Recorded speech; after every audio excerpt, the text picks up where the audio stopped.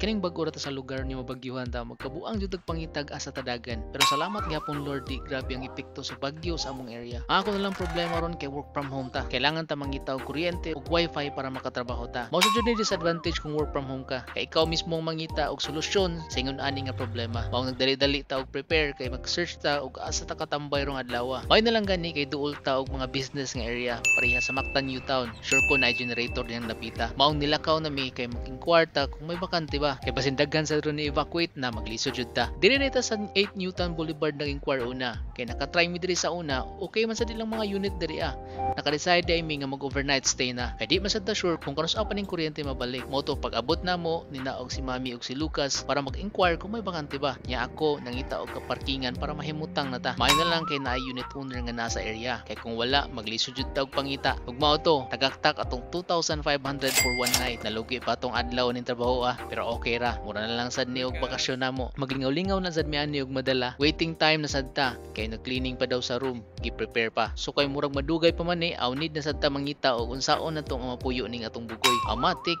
iPad na sa dayon para lang mo behave bisan kadiyot lang. Taod-taod na ready na ang room. Proceed ta. Nagtuta nga dira ta sa 8 Newtown Boulevard dito di ta sa Picas unit niya sa 1 Manchester Place. Baktas gamay hangag dako. Sulod ta sa entrance, waiting na sad ta while gi-process ang atong check-in papers. Dayon proceed na dayon ta sa unit nila. Nasa sila pool area nga free access sad. Ambot la karon kay pagyuman pero nice ang lugar. Balik niya tani kanang pure laag ra gyud. Karon ang rason kay trabaho man. Dayon sa kanasad ta sa 17th floor. Pagsulod sa room mo na ni siya. Operating lugar ra. Room tour ta kadali.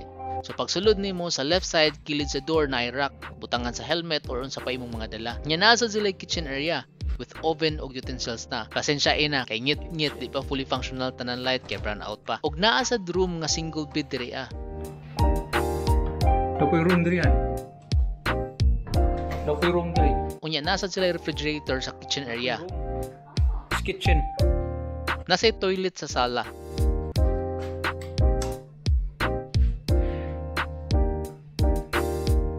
Yamo nilang sala with sofa, TV ug foam nga pwede sad kahigdaan kung daghan mo kauban nga dala. Nasa sila prepaid og fiber internet dili na pwede mawala kay mo nay rason anong naa ta diri ug mao ni ilang main room. Naay duha ka bed, toilet and bath overlooking na perti pang lugar. Sulit na sad siguro atong 2,500 ning style pero di lang ko sure kung pila ang rate ani sa normal nga days. Karon kay burn out man basin nag-promo sila kay di man ni good for 2 nga room ra.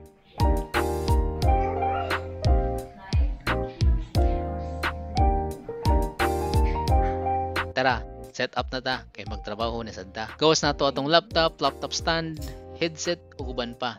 Dayon ready na ta. Ug hangtod diri lang sa ta kay mabisi na jud ta. Balik na ta sa normal nato nga routine, lahi lang lugar. Pero kung naami sa mua ingon ani gihapon ang ganap basta oras og trabaho na. Unta safe ra mo kung asa man mo karon. Amping kanunay ug salamat sa pagtanaw.